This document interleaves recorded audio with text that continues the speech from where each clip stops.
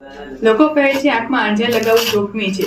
આ વિશે આયુર્વેદ શું કહે છે એ જાણીએ આપણે ડોક્ટર જય આચાર્ય પાસેથી. અંજન ફક્ત કાજલ અથવા મેકઅપ જેવું છે? ના, વાસ્તવિક આયુર્વેદિક અંજન એ એક ઔષધિ છે. એ તમારી આંખને સાફ કરે છે, મજબૂત બનાવે છે અને ઠંડક આપે છે.